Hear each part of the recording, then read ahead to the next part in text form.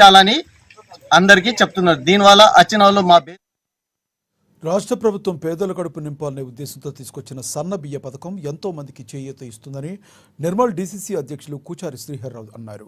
ముఖ్యమంత్రి రేవంత్ రెడ్డి ఆదేశాలతో నిర్మల్ రూరల్ మండలం మేడపల్లి గ్రామంలో సన్నబియ్యం లబ్ధిదారుల రాజుల లక్ష్మి కుటుంబ సభ్యులతో కలిసి భోజనం చేశారు.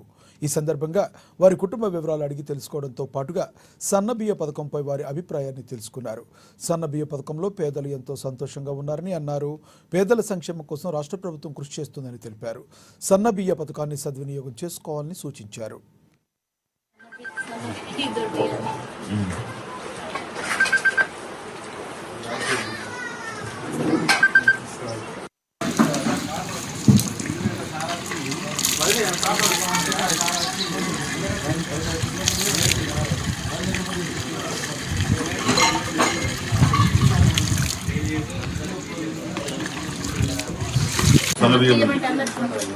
సంతోషమేనా? మరి దేశంలో ఇప్పుడు ఎక్కడ లేదు, ఫస్ట్ టైం మన తెలంగాణలో కాంగ్రెస్ పార్టీ ఆధ్వర్యంలో రేవంత్ రెడ్డి గారు ఇస్తున్నారు మొట్టమొదటిసారిగా.